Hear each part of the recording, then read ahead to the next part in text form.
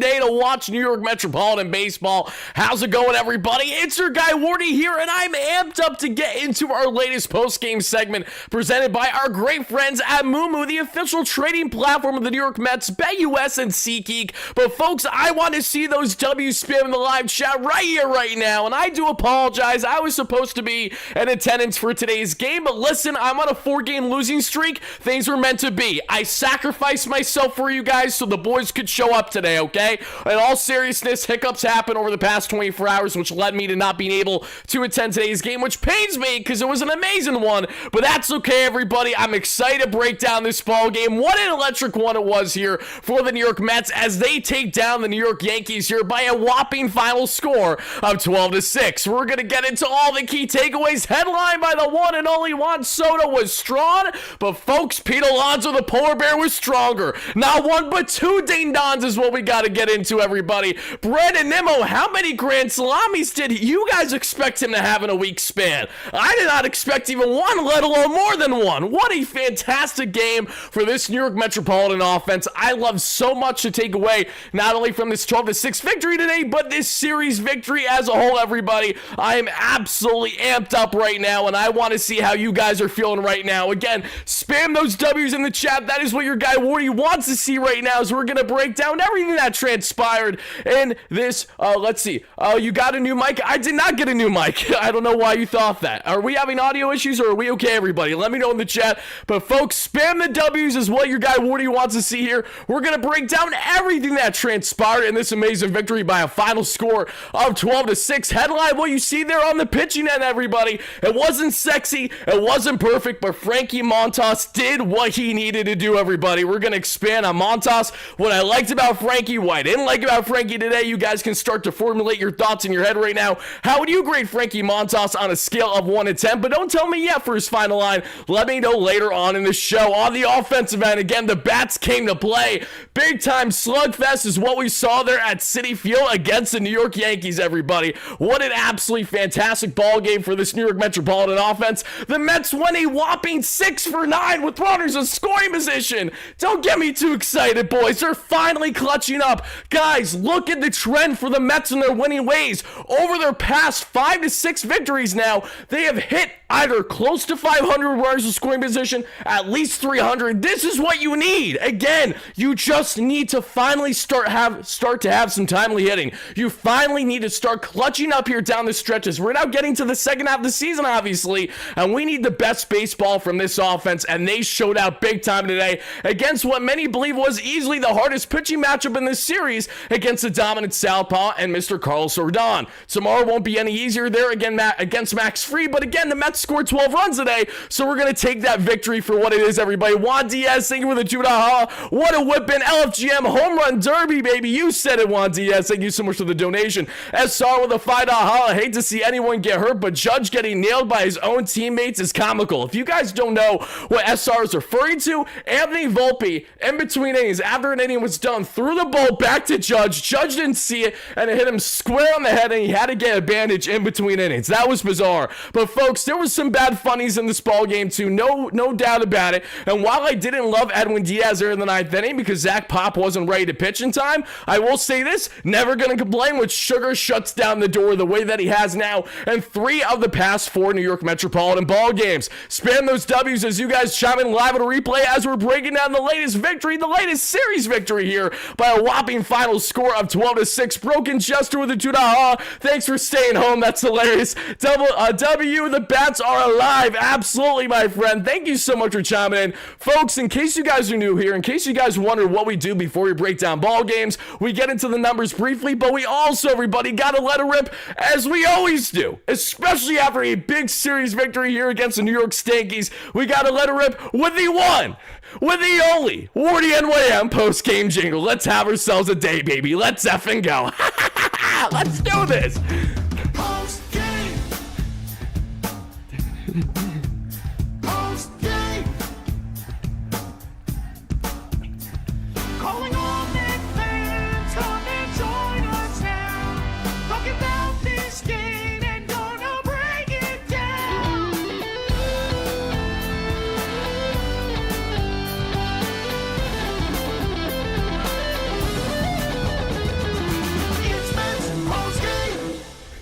Shout out to my guys, Greg and Jordan, as always, with the WardyNYM post-game jingle, everybody. Love it or hate it, it is here to stay, as we always have that cordial little dance to get this party started. My guy Dave with the $5 says, call Pat, put him on the show. Pat is probably exiting Citi Field right now. My phone's about to die. Otherwise, I 100% will. Pat, I was supposed to be with today. He had a blast at the ballpark besides the Mets losing. Pat was bonding with every Mets fan and their mother there with Draft Neck Mark, with James Sciotto, and my guy Richie, and everyone else. Everyone had a blast at Citi Field by your guy Wardy today, but that's okay. Sometimes we got to sacrifice ourselves for the greater good, which is this New York Mets team to finally start clutching up, finally get some consistent winning ways, and now the Mets have quietly, just like that, won 4 straight ball games. We got to take these victories for what they are, everybody. Shout out Rebecca Ellen, great a member in the chat here. Thank you guys so much for chopping in.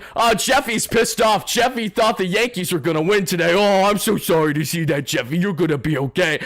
We got Donovan in the chat. How we doing, my man? Happy to have you in here. We got PB9, great member as always. PB, thank you so much for the endless support and everything you sent my way. Let's see here. Bryce, how we doing? Jeffy, if you didn't care, you want to be commenting in the chat. I love you though. Thank you so much. Two Cats, how we doing? D, how we doing? Kevin, going up the list here. We got Rebecca Ellen, great member. We got Michael Daughtry, how you doing? JTB in the chat. White Mike, how you doing? We got Dave, we got Broken Jester, we got Eddie C, great member. Malaza, Joshua, going up list. Anthony Viola, great member. How we doing? We got D-Mac, great member. We got Carla, how are you? We got TTV, we got Paula, all you guys. We got Joshua, we got Jason, we got the RZN. We got all you guys chiming in live on a replay. How we feeling, everybody? This was a big victory. Not only was this a huge series victory, guys, but the way that the Mets did it today, they had a beautiful balance of not only home run hitting, we saw even with runners in scoring position, but the Mets were able to clutch up in various ways. Ronnie Mauricio's pinch hit, single turn double had me so amped up, and that's when the Mets already had themselves the lead.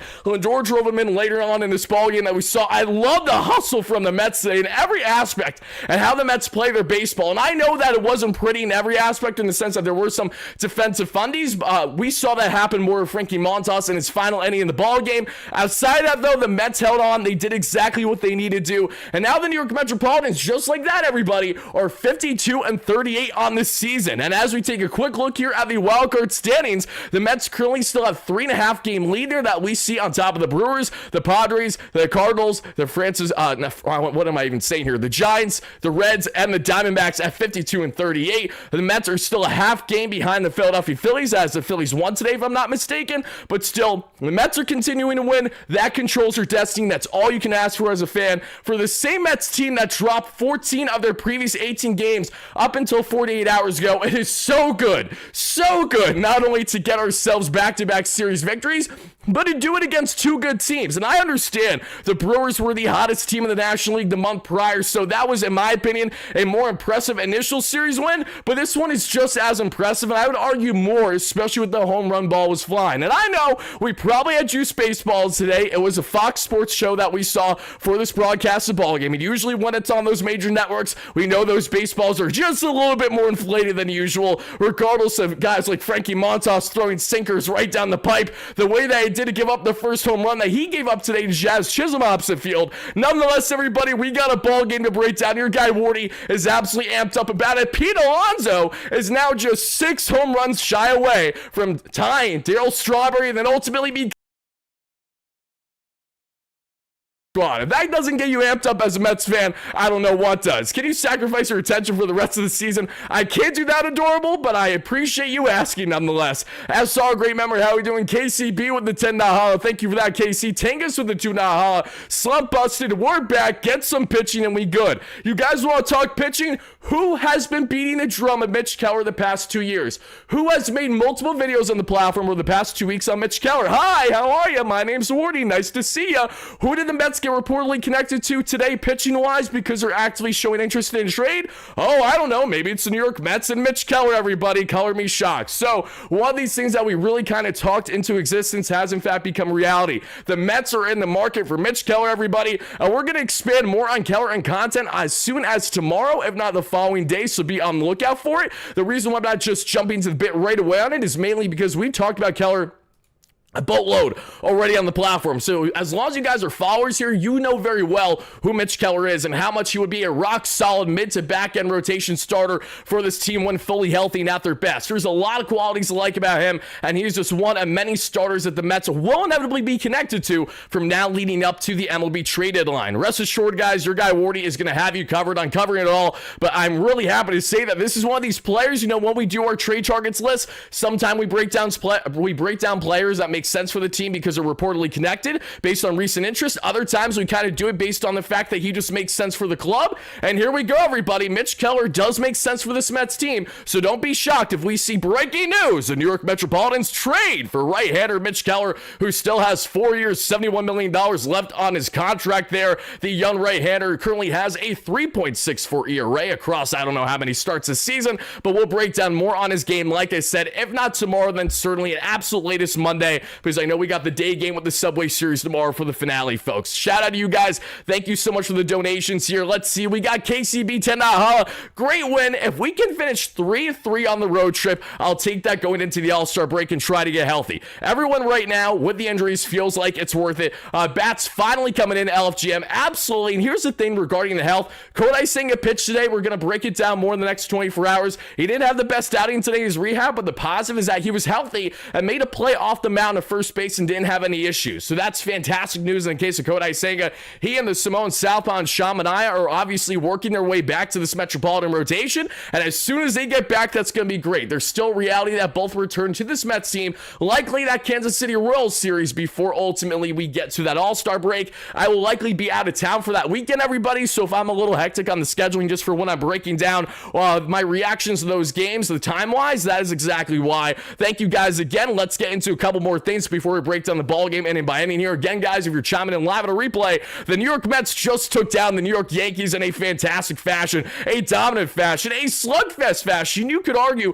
a Bronx Bomber fashion here with home runs galore, winning by a final score of 12-6. John DFW with a $5 holla. Braves fan here. Kudos to anyone who beats the Yankees. Oh, what a stud! I love nothing more than when Braves fans are supporters in the chat, but they're slinging some dough just to shit on the Yanks. Oh my God, John, you're an anomaly, baby. We love people like you. We need every Braves fan like you in the chat right now. John, thank you so much for that donation. That's absolutely electric. Absolutely electric. Dan with the $5 holla. Thank you, Dan. Just recently, the Mets lost 14 out of 18, are still only a half game behind the Phillies. If I were a Phillies fan, that would make me feel like me crap. Absolutely. Listen, the Phillies are so carried by their rotation, but the difference is that their rotation makes sense as to why they're carried. The Mets, when they were carried by their rotation so far this season, it didn't make nearly as much sense, and direct hand with the simple fact that when you look at the struggles with the rotation, it had a lot to do with the fact that we saw not only were they not the rotation, but when the Mets finally have things happen wrong with their rotation, we're not overly shocked by that. We exceeded our expectations. The Phillies are pitching to their expectation. They're unbelievably deep. They have a lot of quality there, but it's their offense that will continue to be their demise. And there is nothing, and I mean nothing, about that Philadelphia Phillies team that has me overly concerned as a Mets fan. The Mets literally had 21 games above 500. They're playing games fine. They went on a terrible losing skid in direct part because of their injuries. Color me shocked. A lot of losses are going to happen when that is paired with an off team to hitting with runners in scoring position. It was a perfect storm, everybody, but the Mets are locking back in. They've won back-to-back series. They won 4 straight games, and if you don't think that they're finally starting to turn it on, here's something to tell you. The Mets have won the first 2 games in a series where you had Justin Hageman and Frankie Montas leading the way on the pitching end. In this same series, the Mets have slugged. We saw a boatload of home runs already in this series. If I'm not mistaken, there was at least 13 total throughout the past 24-hour span between the Bronx Bombers and the boys in Flushing. But what is so fantastic about what the Mets are doing right now, and this cannot be understated enough, go back to that series split against the Atlanta Braves. The Mets were actually not terrible with runners in scoring position. They had their 2 for 5 games in that range, and that's all they need. It doesn't need to be crazy. We just need to see them be effective, and they cannot be reliant on the long ball solo shots the way that they did there in Philadelphia. Imagine being a Mets team to hit, what was it, 10 home runs in a series in Philly, but yet lose that series 2 games down 3, that's inexcusable. That can't be had. What needs to be had is by clutching up with runners on base, and they're actually and finally starting to do that. So that should be very encouraging to each and every one of you. Daniel Denny, how we doing? $2 Hall in the chat. Mendoza has owned the Yankees since being manager. Thank you so much for the donation, my friend. And Mendy has been an absolute dog against Aaron Boone and the Yanks since then. You are 1,000% right. The Mets actually, if I'm not mistaken now, have a 15-8 record against the New York Yankees so far in the 2020s. The Mets have been the Yankees' daddy thus far that we see going back to the 2020 shortened season. Juan Diaz with the $2 Hall says Alonso should be an all-star. Diaz, Nimmo, Soto, they should all be an all-star, but I am grateful that Lindor is in there. And again, guys, this is fan voting. So this is not one of these things where we could say, oh, shame on it. Oh my God, I can't believe they weren't able to get in. How could these people do this? Let's say it's a panel of 10 people. No, guys, it's you, the fans at home, that dictate who gets in these all-star games, who starts. It's by you guys voting them in. And unfortunately for us Mets fans, even if we absolutely go balls to the wall crazy on voting all these players in, when you have fan bases just so much greater, like the Yankees and like the Dodgers, and I don't say that they're greater in the sense of quality of fans. I say that in the actual size of the fandom. It's a night and day difference from Mets fandom versus Dodger fandom, especially with all the control they have overseas in Japan, as well as Yankees, because again, they are like the OG baseball team you think of when you think baseball. So go out and vote, everybody. I'm going to do my best Wardy politician here. Go out and vote for Pete Alonso, Edwin Diaz, Brandon Nimmo, Juan Soto. He has a 1,200 OPS since the end of May. Vote that man in. Francisco Lindor's already in. You'll love to see it. Frank Sessa, how we doing? Great member as always. Thank you so much for becoming a new member in the chat. As a matter of fact, I really appreciate that. Let's see SR with the $2 Holla. Pete is awesome, but Nimmo deserves some love. Nimmo deserves endless love. And we're going to talk a lot more about Brandon Nimmo here in just a second, everybody. So again, guys, if you're first jumping in, the Mets did in fact win this one in a fantastic fashion by a final score 12-6. And we're about to rapid fire break down this ball game with all the beautiful aspects to it, the pros, the cons, and everything in between. As we saw on the pitching end, it wasn't sexy, but it got the job done. 6 earned runs is usually what you don't want to give up if you're the Mets, but in the case of today, when it's batting practice in Flushing, this really isn't all that bad. And on the offensive end, the Mets go 6 for 9. Nice when it comes to runners in scoring position. A lot of big games from the Polar Bear, from Brandon Nimmo. We didn't get anything for Brett Beatty because he came in at the end as a defensive replacement. Vientos was in there prior. Mark didn't do anything today. Lindor was productive. Roddy was productive. Marte was productive when he was initially in leadoff. A lot of positives to take away from this ball game, everybody. So one final thing we got to do is hear a quick word from our amazing sponsor that makes our today's show happen, especially, and what would have made today happen if I actually attended the ball game, and that is our great friends at Mumu, the official trading platform of the New York Mets. Listen up real quick, everybody. Hey Mets fans, if you love diving deep into the numbers like WAR or ERA, then you absolutely are going to love what today's video sponsor Mumu brings to your investing game. Think Moneyball, but this time for your portfolio. I'm beyond excited to share that Mumu, the proud trading platform of the New York Mets, is here to level up your investing. Mumu is a global trading platform currently serving over 25 million users in markets like the United States, Canada, Singapore, and Japan. Whether you're just starting out or if you're a more seasoned trader, Mumu's app and desktop platform offers commission-free trading on stocks, ETFs, and options, no contract fees either. So plus, you get premium tools, guys, whether it's going to be the institutional grade analytics, Morningstar research, and analyst ratings, all free for funded users. And right now, Mumu is doubling down for Mets fans. Sign up through my exclusive link down below, make a qualifying deposit, and get up to, yes, 60 free stocks, plus not 1 but 2 Mets Suite tickets. Not to mention, Mumu customers can get free tickets to all Monday home games at Citi Field,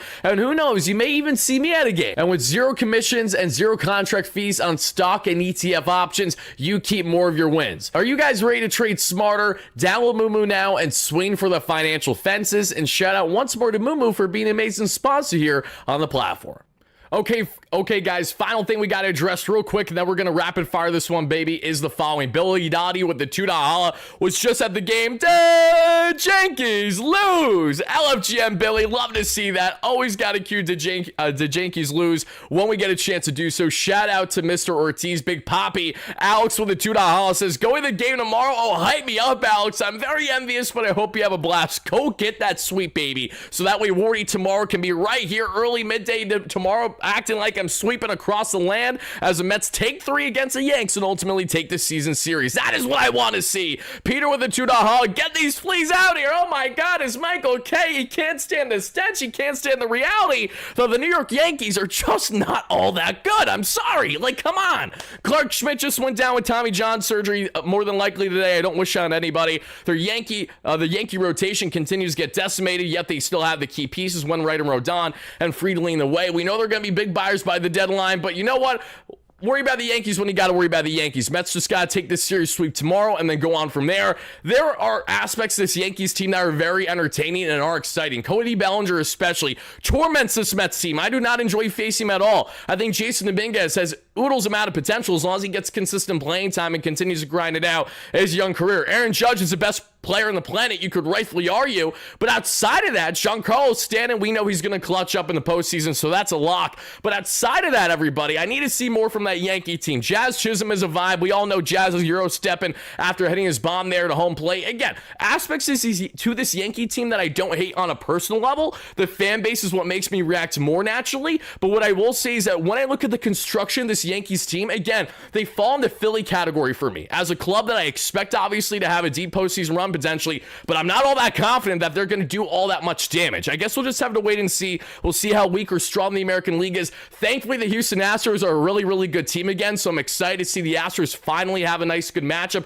against the Yanks after obviously getting their teeth kicked in last year because they were just a lesser ball club. A lot to get into in this one, everybody, so let's break it down right here, right now. Frank Sessa, the Yankees lose. Oh, I love that, baby. You guys are fantastic. All right, guys, let's break it down. As we see there in the first inning, we got Mets, Yanks here. Mets take this one by a final score of 12-6. And to kickstart the ball game, we see an easy 1-2-3 there right away. Towing the rubber for the Mets on the mound. A fantastic job to begin the ball game, at least, is Frankie Montas. Montas has a 1-2-3 on Grish, on Judge, and Belly. And then we get to the bottom of the first. In the bottom of the first, everybody, I had one gripe with the Mets lineup today. Can you guys guess what that gripe was? Do do do do do do do do do do do do do do do do do. Oh, your answer? What is it?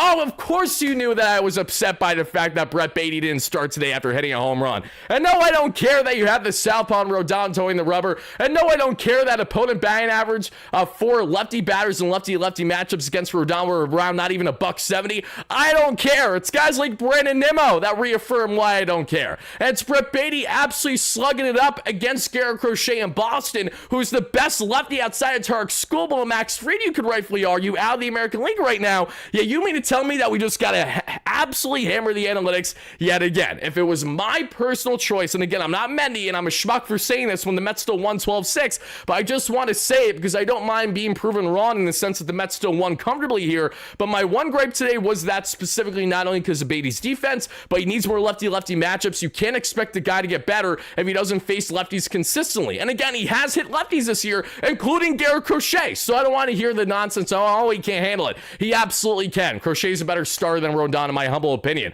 So you have that along with, why not put McNeil in center? Why not have Beatty at second today? Why not have Mark at third? Why not keep Marte at DH and have Tyrone Taylor coming off the bench when Tyrone has been in a terrible slump as of late? And while Vientos has not swung nearly as well all season long, Mark is still a guy that has more upside that the Mets are trying to get out of right now. And it's imperative to make sure that he gets consistent playing time. Whether that is at the hot corner or at DH, they have to do something there and not flip-flop them constantly. So again, that was the only gripe I had personally heading into the ball game, but I'm happy that not only was that not an issue, but the Mets won this one in a fantastic, dramatic home run slugging fashion. And Starling Marte got the Marte Parte started, everybody, as he ripped his 7th double this season and lead off this ball game right away against Carlos Rodon. Afterwards, we saw Francisco Lindor get on with a walk. And right away, folks, there's a runner in scoring position. There's one out first, and here's Juan Soto coming up to the plate with no outs. Juan Soto would be out on what was a sac bunt, and yes, I was screaming at my TV when Soto put down the bunt.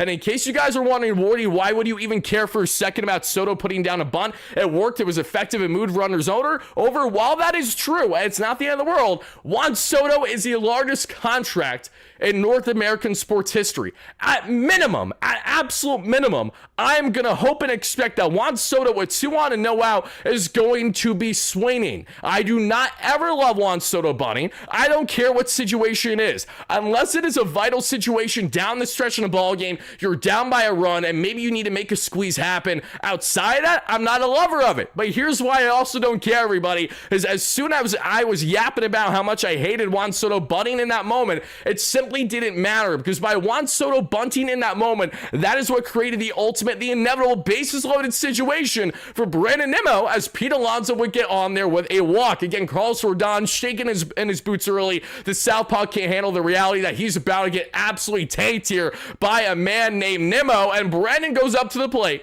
The same Brandon Nimmo that ripped himself a grand effing salami on this homestand. What does Brandon Nimmo do, everybody? Again, he's got bases juice. He's got less than 2 out, and what does he do? He blasts one, 4th pitch slider down, sayonara, it's out of here. A 387-foot bomb for Brandon Nimmo, 100 off the bat there, and the Mets taking early what we saw there.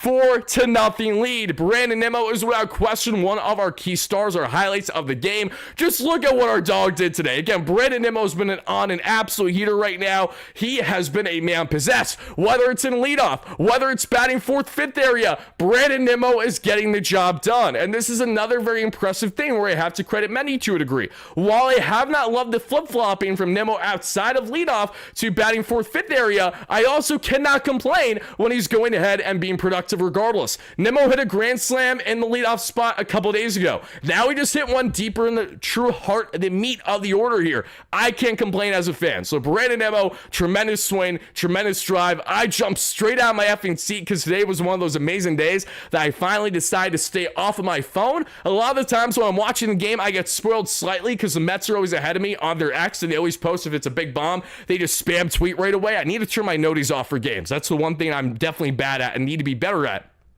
Point is, finally had just myself locked in on the ball game, just me and this game, and to see Brandon Nimmo just absolutely torch that baseball to right, I was beyond ecstatic, everybody. How can you not be? Brandon Nimmo is getting oh so close now to 800 on the OPS, and I'm taking a Brandon Nimmo that's hitting around 260 to maybe even 270 range if he really gets hot even more this summer, and a north of 800 OPS with a lower on-base percentage if it means 25 to 30 home runs and north of 100 RBIs. Because, folks, Brandon Nimmo is well on pace right now to have his best offensive season. As much as I love the guy being an on-base god, this is 10 times better. Because Brandon Nimmo right now, everybody, in case you guys want to know how effective his offense has been, not only has Nimmo been slugging in big time with the bombs, giving himself now 18 home runs on the season, but Brandon Nimmo also has 52 RBIs on the year, while on his way to another 90 to 100 RBI season, as long as our guy can stay healthier. So, guys, I want to hear from you guys in the live chat and in the comments down below. How hyped up, how amped up, how are we feeling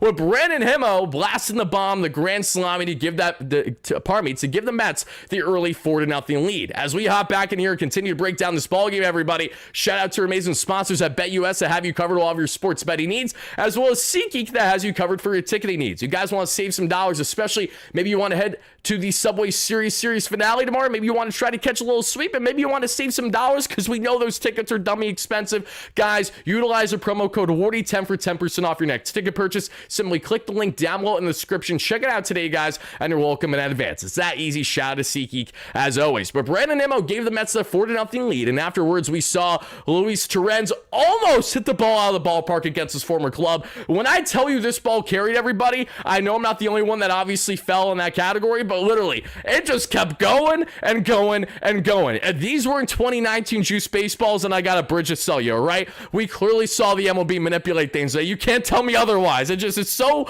blatantly obvious when we have these big matchups, big Subway Series matchups especially, and we're like, oh, wow, okay, so the ball's just flying out as soon as you make contact. That's how it is. It was the case today at Citi Field. Luis Torrens has a ball just fall short on the warning track, but that was still 351 feet and 106 there off the bat. As we get to the top of the second, everybody, Jazz Chisholm would rip himself a sinker down the pipe. Sayonara, it's out of here. An opposite field home run for Jazz cuts the Mets lead to 3-4-1 as he rips his 15th home run this season. Didn't love that pitch at all from Mr. Frankie Montas, or Mr. Tippin Pitches Montas. As we know, he apparently said that was the main culprit for his lack of production in his latest outing. I'm not sure if he tipped one there. I think he just hung one right down the pipe and got a smack of reality. Beyond that, everybody, thankfully nothing else happened for that inning. And the Mets are still up, but this time by a 4-1 score. And we see a half inning later, everybody, the Mets get to the bottom of the second, and we would see Tyrone Taylor there reach on a throwing error by Jazz Chisholm. So the same way that Jazz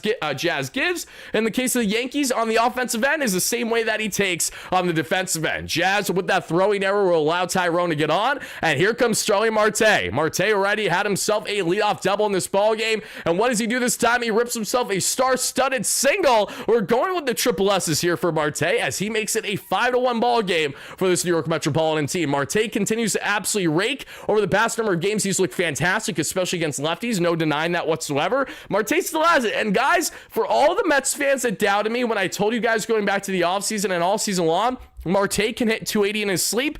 I'm here to tell you, Marte can hit 280 in his sleep. He might not do it consistently now because of the fact that he's being platooned so much, but when he gets out of here, he's doing exactly what Marte has always done in his career. The only difference is that obviously the guy's not going to steal many bags because he's pushing close to 40 and he just doesn't have the legs like he used to. We see, though, an absolute meatball of a fastball, 96 down the pipe by Rodon. Listen, Carlos, I was hungry tonight, but Marte was clearly starving for those meatballs and spaghetti of a dish because that made it a 5-1 Mets lead right there, everybody. And shout out Mario in the chat says, Mets win,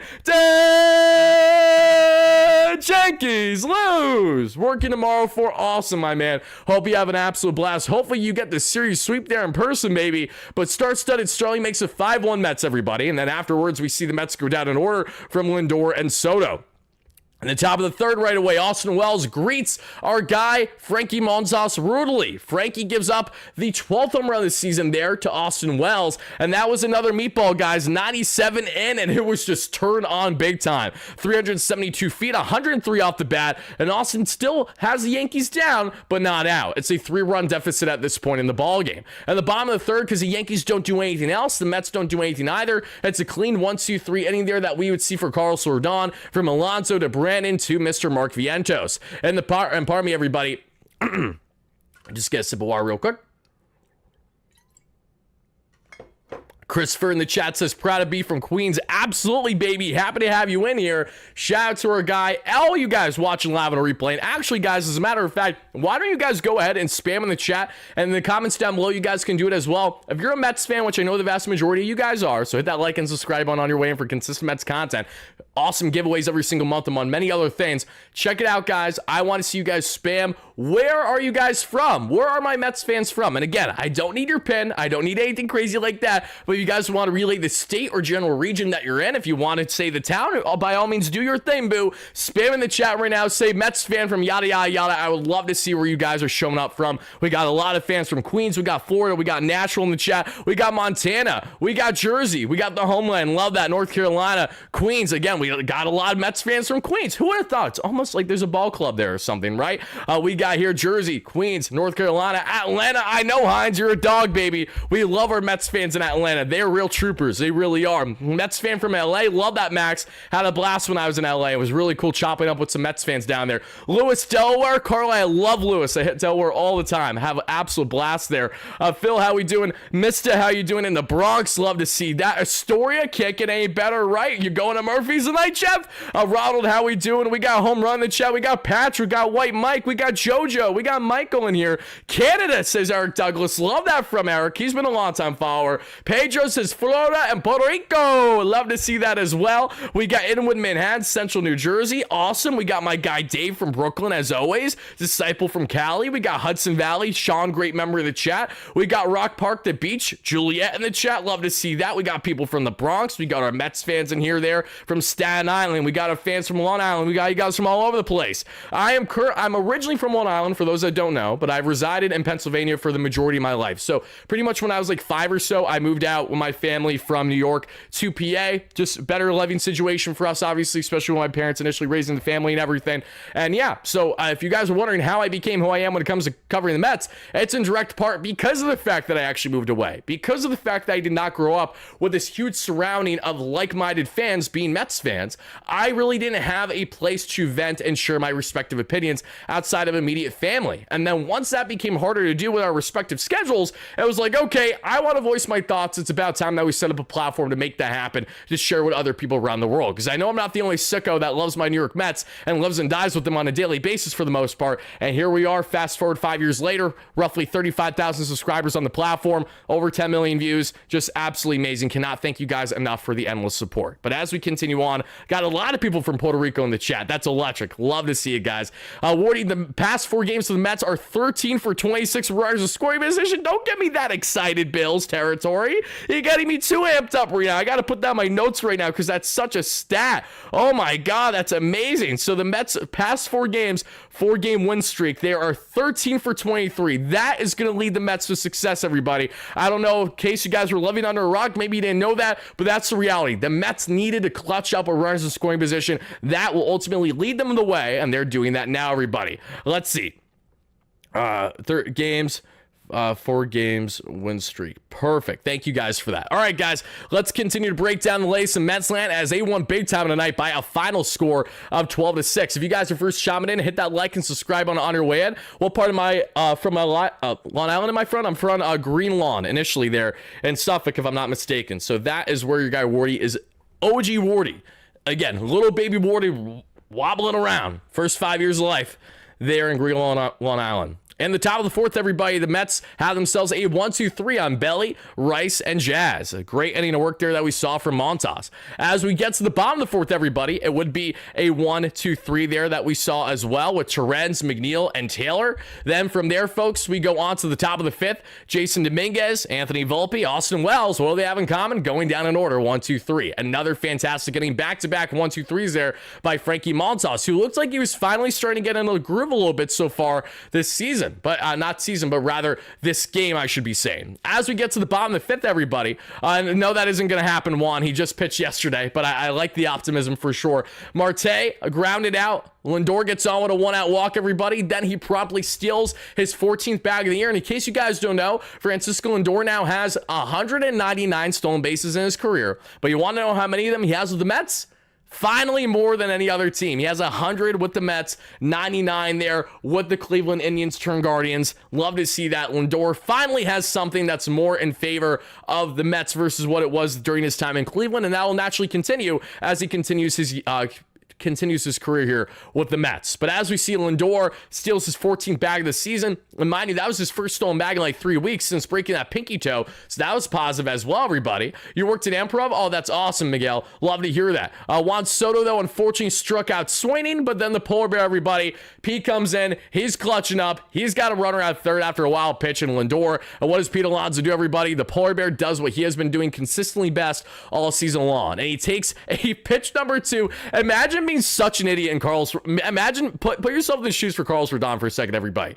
Imagine, okay, so you throw ball 1 in the dirt on the changeup, and you're like, you know what? Let's go ahead and attack Pete middle. Let's not go up and in when that is without question his biggest demise from a lefty to a righty. That, again, common sense would tell you if you guys just know the report on Pete Alonso. How do you beat Pete Alonso as a southpaw starter? You aim up and in on him. You tie him up in on the hands. That really throws him off. I think Andrew Heaney with the Dodgers like it was yesterday. I remember that game very well. You also think slider down in him, but you can't be hating them, obviously. If you hate anything, he's likely going to make you pay. You want to get him to bite inside in these situations. And instead, Buddy didn't throw inside. He threw a middle fastball down the literal dick at 95, and Pete Alonso makes him absolutely pay. 382-foot bomb that we saw of everybody for the polar bear on a liner opposite field, and 106.4 off the bat, and that gives the Mets at the time a 7-2 lead in this ball game. Mario walked by WardyNYM Yankee player.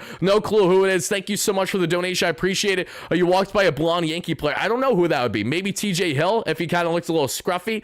Shout out TJ Hill, who, not is it TJ? Something Hill. I know that much because I remember them. Tim Hill. I remember the Mets were actually scouting him.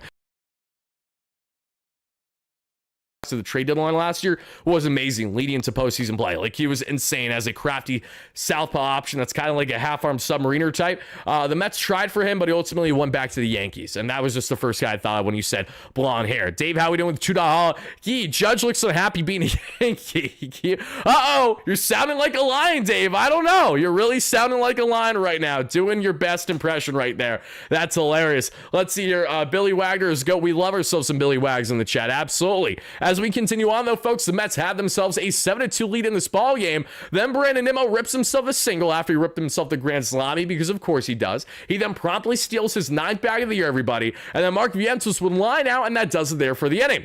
As we get to the 6th inning, Oswald Peraza leads things off with a single. Trent Grisham then hits a single. Back-to-back base knocks right away there. And Aaron Judge thankfully ground into an out, which was great, but that still allowed runners to shift to 2nd and 3rd. Mark Vientos got the out there at 1st, and then here comes Cody Bellinger, who absolutely knows how to hit baseballs well against this Mets team, no matter who it is. And we would see Belly rip himself a 2-run double. 16th double of the season. Feels like all 16 happened against this Mets team, however. His Belly has been killing the Mets this year, everybody, and just like that, it is a 7-4 ball game, but the Mets are still with a 3-run lead. And folks, I will be back in just literally 1 second. Apologies for the delay. Give me back 1 second. Nice for that. Let's see. I've watched a few, and is by far. Oh, that's really kind of you, Griffin. Thank you. I'm not going to say anything about regarding the others. I know that there's a lot of great people in the space, especially Yankee space. I think if some of the there's some really great content creators in the Yankee space. No denying it. So for you to be that kind, Griffin, thank you so much. I really do appreciate that. Thank you. Thank you. Thank you. All right, guys. As we continue on from here, like I said, the Mets are rolling. They're buzzing. They win this one 12-6. How we got here at this point in the ball game, the Mets are obviously 7-4 with the lead. Afterwards, because nothing else happens there for the inning, we get to the bottom of the 6th, and in the bottom of the 6th, it's a 1-2-3 there for the Mets. They go down in order, and we see 2 strikeouts out of 3 as Scott Efros was feeling himself on the mound. Buddy was acting like the Yanks just took themselves a lead as they were still down by 3, but you know what? I respect the moxie. I admire it, because I would be hyped up if our guy Ryan Stanek was doing the same thing, and thankfully, Ryan Stanek was, everybody.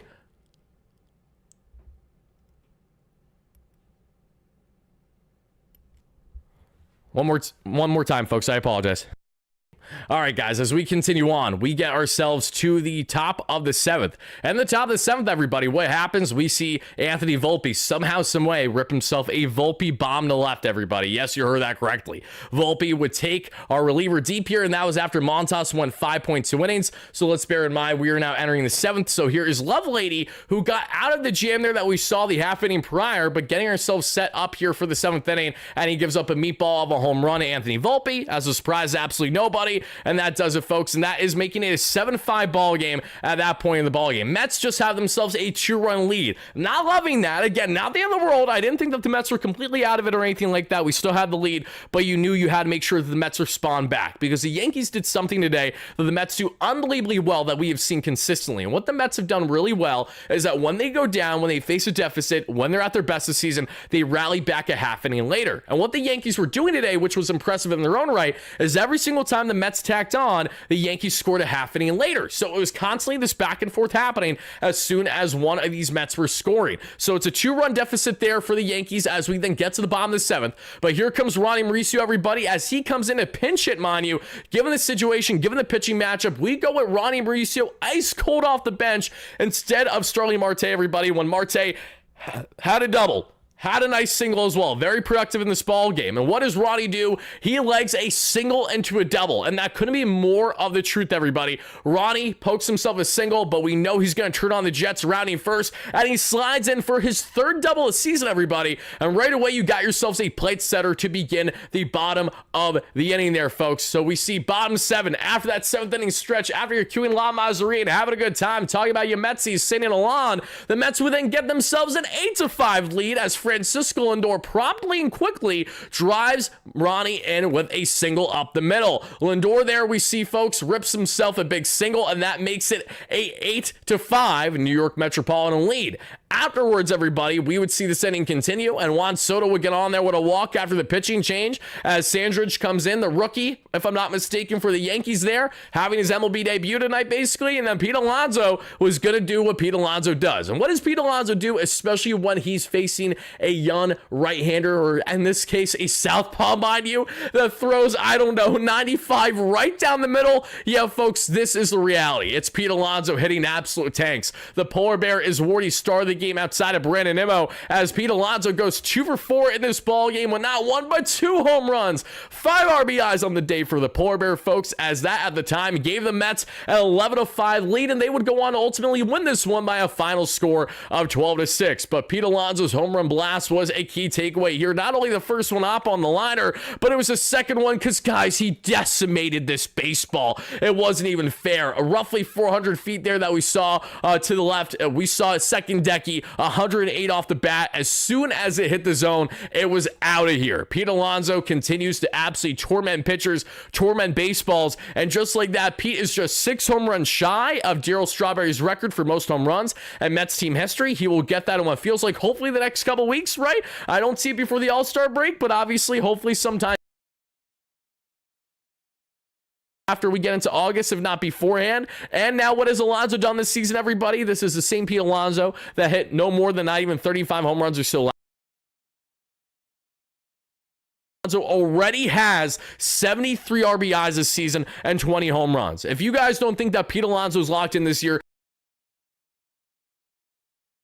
Soto in the lineup, then folks, I got a bridge to sell you, because he's doing exactly that. He's getting players on base every single time he's out there. He's getting consistent at bats even while he's not batting in the top 3 in the lineup, and that's a very important thing to say, because mind you, Alonso was a guy that I was griping about when he was moved out of the top 3, because you want a guaranteed first inning at bat every single game for in many opinion, the best slugger on this team outside of obviously Juan Soto and to a degree there in Lindor. I mean, Nimmo's been fantastic. We know that, but on a consistency basis, to a degree, we expect a lot from Lindor. But he and Nimmo are going neck and neck right now this season. Their offensive numbers, it's actually pretty insane to watch. In case you guys don't know, currently RBI-wise, we know that Francisco Lindor has 47. Brandon Nimmo has 52. They have right around the same amount of home runs as well. So Nimmo might out Lindor this season on the offensive end, unless Lindor really turns on the Jets here as we get into the second half, and obviously there's a great reality where that is in fact going to be coming true. But as we continue, folks, the Mets are up 11-5. We would see Luis Torrens get on with a walk after Vientos struck out swinging, same thing as Nimmo. And then Jeff McNeil got on with a hit by pitch. Jeff stayed in the ball game. It was a scary situation at first. He was thrown way up and in there. Thankfully, though, he was okay. We were all disgruntled. I was pissed off at that moment. Jeff not only has been playing great baseball, but he has been a grinder for this Mets team, taking these hit by pitches, having quality at bats constantly. I've been damn impressed with what McNeil has done this season versus what he hadn't done the previous year and a half or so. Tyrone Taylor would ground out into a force out, and that does it there for the inning, but not before the Mets then take an 11-5 lead. As we get to the 8th inning, everybody, here comes Ryan Stanek, and Ryan Stanek comes in there. We would see for Chris Davinsky, who Davinsky got the final out there of the previous inning or so. Aaron Judge gets on right away with a leadoff walk. So, okay, not loving the location for Stanek, but also why pitch to Aaron Judge at the same time? I think that you can make that rightful counter. Cody Bellinger grounds into a force out. Again, almost could have been double play. Doesn't happen. Instead, folks, Belly is on, and he quickly gets to second base after Stank has a wild pitch. And after the Stank wild pitch, everybody, Ben Rice drives in the run with his 14th double of the season. Ben, the big bat from the left side, makes it an 11-6 deficit here for the New York Yankees. And then we see Jazz Chisholm get on with a walk. Jazz, who already has a bomb opposite field today, he gets on yet again in this one, but Jason Dominguez strikes out swinging at what was a fantastic at-bat battle between Stanek and Dominguez. He gets him upstairs on the 99 heat. He spammed it, guys. In case you guys don't play MLB The Show or MLB 2K, because I love MLB 2K13, the OG baseball games, at least for me, one thing that my buddy and I do when we play each other in 2K specifically is, especially if we're in 0-2 counts, a lot of the times we try to get them to bite upstairs with a fastball, like at the head, but not actually at the head, just level wise it's at the head, but obviously it's kind of more a way just to try to get them to hack. And in the case of Ryan Stank today, he did exactly that against Dominguez. That fastball was literally at Buddy's head, middle upstairs, and he swung right through it, and that did it for a huge strikeout. And then Anthony Volpe, who ripped himself a ding-dong the last time he he was at the plate or so. Volpe this time with strikeout swinging as well, as Ryan Stanek was in his groove. Had the 100-mile-per-hour fastball dotted just away, and that does it for a scoreless. I shouldn't say scoreless because it was 11-6, but Stanek avoids what could have been a greater mess, as there was still 2 on there with 2 out. As we then continue to the bottom of the 8th inning, everybody, Francisco Lindor rips his 17th double of the season there that we saw with 1 away, and then Juan Soto drives him in. Juan Soto is clutching up, everybody, with runners in scoring position. That puts a big smile on my face, because in case you guys don't know, Juan Soto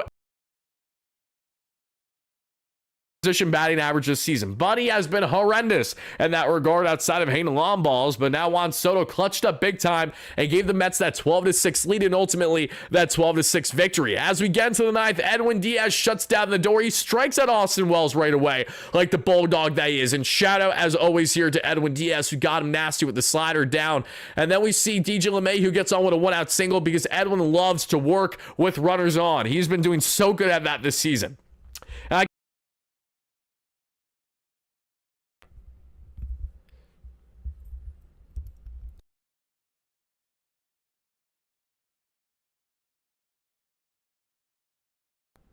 Check. Check 1. Check 2. Check. All right, guys. Yeah, keep me posted on the audio. I apologize I cut out there for a second. I am glad, however, that if we're going to have audio issues, that it isn't until we're at the 50-minute mark of the live show. That's far greater than when it's the first half hour and then we have an issue there. So that's what you got going on there, everybody. So then we see DJ LeMay, who get on with a single. Trent Grisham would be called out on strikes because, again, Edwin Diaz is dotting corners. He has a fastball called strike right down the pipe, everybody, 98, and that does it there. And then we see Aaron Judge grounds out, and that does it for the ball game. Again, guys, the Mets go on to win this one by a final score of 12-6. Edwin Diaz gets the 6-out save, even though I'm pretty sure it's not. Is it technically a save if it's pardon me, not 6 out? Is it a save if it's 6 runs? I feel like that's not the case, right? But regardless, let me know, guys, the thoughts on Edwin Diaz shutting the door down yet again in this one, everybody. Never going to complain about that. Edwin, love it, sugar. As we take a look on the pitching end, everybody, let's start by first breaking down Frankie Montas briefly, because Montas didn't have his best stuff by any stretch today, but he had solid stuff today. And there were stretches I saw the optimism, the positivity that came with Montas and his arsenal. But in the case, it's up by 3 or less. That's what I thought. Thank you, Home Run, for clarifying.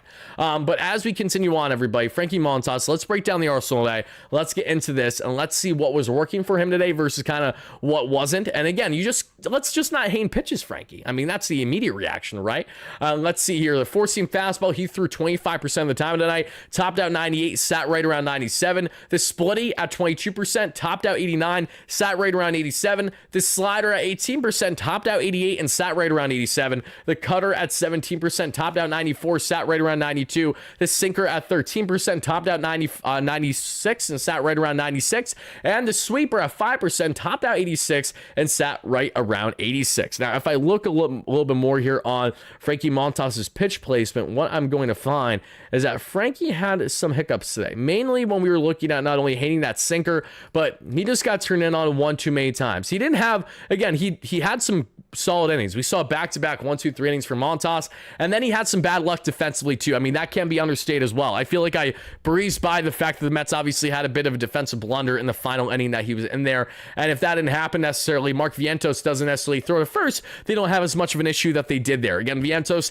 did not love what I saw today at third base again, and it frustrates me because I want Mark to be good so bad, and it just has not been there consistently right now. And now when you have a great option at third base and Brett Beatty, it's all the more reason to say, okay, the Mets need to obviously be playing their best options right now, but you also don't want to hinder development of these players. So it's kind of like a double-edged sword to a degree. But Frankie Montas, guys, your guy Wardy is going to give Frankie today on a scale of 1 to 10 in today's outing.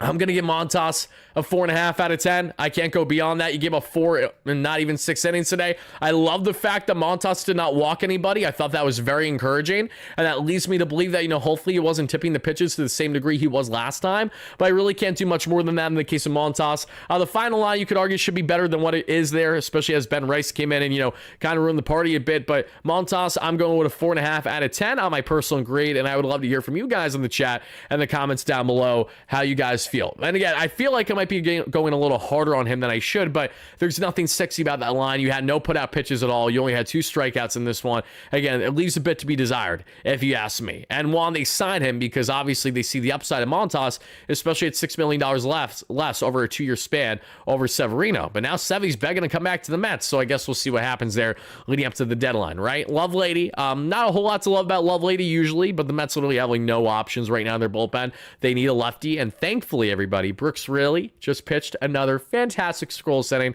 Brooks Raley is pretty much set to return to this Mets team, but he will not officially return, per Carlos Mendoza from this past couple days, until after the All-Star break. So pretty much a lock. Brooks Raley will be with this team in their bullpen as soon as the All-Star break has concluded, and I cannot wait to see that happen because Raley, quality lefty in this pen, it's going to be beyond needed. It was fantastic in 2023. It was great in his 8 scoreless innings there in 2024 before going down with reconstructed Tommy John surgery. He is an absolutely savvy, crafty veteran of a southpaw that I'm really looking forward to seeing back in this bullpen.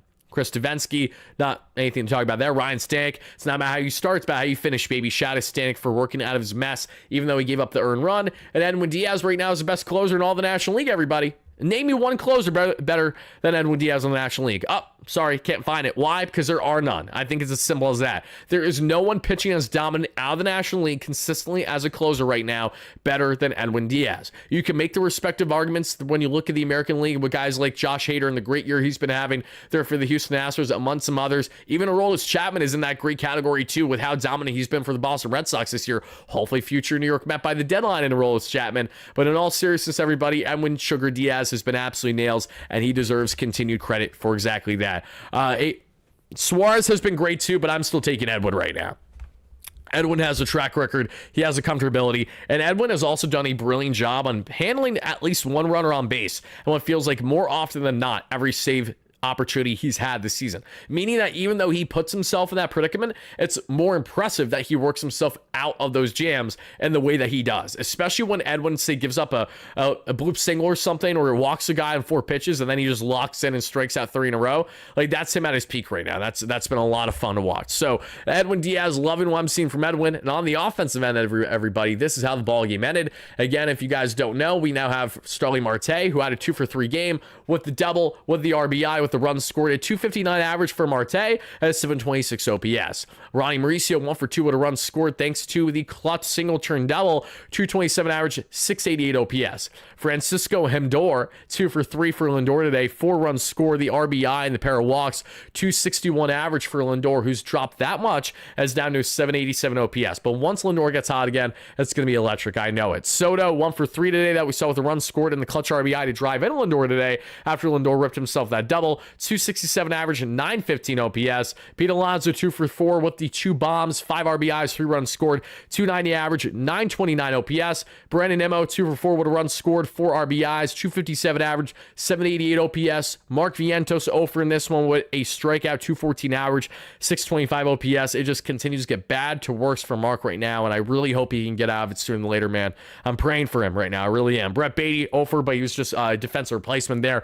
224 average, 685 OPS. Who had Brett Beatty having a higher OPS than Mark Vientos at this point in the season on their bingo card? And if you were, you're crazy. Luis Torrens 0-for-3, 217 average, 614 OPS. Jeff McNeil, more like Jeff McNope today, but that's okay because we love Jeff right now. 254 average, 825 OPS. And Tyrone Taylor 0, but a run scored and a pair of strikeouts, a 209 average and a 575 on the OPS, everybody. Again, the Mets were a whopping 6-for-9 with runners in scoring position today. They left only 4 on base, which is all the more impressive when you look at the amount of runs that the Mets scored today. A lot to love, everybody. A lot of key takeaways from this ball game. That was so much fun to break down with each and every one of you. But folks, I think that is a great stopping point for tonight's live show. We're just about an hour into this one, and we got a quick turnaround tomorrow for you guys, so I don't want to be too long-winded, because in direct hand with how tomorrow's game goes and how the day goes will dictate how tomorrow's post-game show will go, everybody. Just a sneak peek for those that are wondering. If the Mets sweep tomorrow, and as long as I know that I have my little one covered on being watched without a problem, I will then hopefully be taking live callers with each and every one of you. The only reason why it's not happening tonight is because I'm really shorthanded on time. Otherwise, I wanted to do it today. I initially was supposed to be at the game, and I was thinking, okay, at least we could do callers today. Can't even do that, so I do apologize for that sincerely, but I'm going to try to make it up to you guys tomorrow, so be on the lookout for that. If the Mets series sweep, we will almost certainly do it barring changes. So unless something happens from now until then, I will keep you guys posted, but be on the lookout. We will have that post-game show tomorrow. We may or may not have a video dropping in the AM. It's honestly to be determined. The unfortunate thing is that while there are a lot of key Mets topics that I need to break down with you guys, when I post these videos early in the day and then a Mets game happens around 1:10 and 1:30, the algorithm gets absolutely destroyed and none of you guys get notified about that video then. And then it gets lost. And knowing that we drop videos every single day outside of live streams, it really gets lost and buried before we know it. So whether we have a video on Keller tomorrow or in the following day or maybe in a separate live show like tomorrow night, I'm not entirely sure, but know that we have a lot of topics to get into. Don't worry, I have a lot of San Jonathan, I have a lot to say on Brandon Spro, I have a lot to say on the latest with Kodai Senga, as is the case with Sean Manaea, as is the case with Jesse Winker, as is the case with everything happening from the minor leagues to this current ball club and what's next in store for them outside of the Yankees. So again, be on the lookout for it. We got a lot of content dropping. Thank you guys again all so much for watching live at a replay. And this is your guy Wardy signing out. Folks, before we get out of here, we're going to leave you with our final thing that we have been doing to show you guys that you guys can check out by, again, checking out the link in the description down below of the live show to check out for our first official Wardy Day there that you guys will see on August 1st. So take a look, everybody. It's Wardy here, and as you can see, we are at gorgeous Citi Field, and folks, you can get the ultimate, the prime experience with your guy Wardy at our first ever official Wardy Day. August 1st, Mets San Francisco Giants there for the evening game. The day after the MLB trade deadline, you, your friends, your loved ones, select Mets fans will get the ultimate experience with your guy Wardy. Not only are we going to hang out at the ball game together, but folks, look at this seating. We're going to be live here in the left field lounge. You guys will be able to chop it up with your guy Wardy. We're going to be debating as to who's the best pitcher of the rotation outside of Kodai Senga. We're going to be talking about who's the next best prospect to get called up. How do we feel about the trade deadline acquisitions? And guys, as you get back up here then, we are going to be giving you a $18 drink voucher, and with that drink voucher, you guys are going to be able to hit up the bars that we have right outside of here. So easy, so accessible. Again, prime seating, a truly fantastic experience. Our first ever Wardy Day here at Citi Field, guys, where you will get a chance to hang out with your guy Wardy. And the best part too, not only is it this amazing lounge in left field that you guys will hang out with me, but we're going to be on the field, pre-game access there for a group photo op. So I hope to see you, all you amazing Mets fans there. Click the link if you guys haven't already there to check out our available tickets, and let's go Mets. And not only are we going to be sitting here throughout the course of the ball game, you guys can also check out these seats that we have access to all here in the bar area here, right at the Milagro, where you guys can utilize your $18 drink voucher. Again, this is going to be at Wardy Day, August 1st, 2025. Oh wait, yeah, almost forgot. It's also fireworks night. Bang! Hope to see you guys there.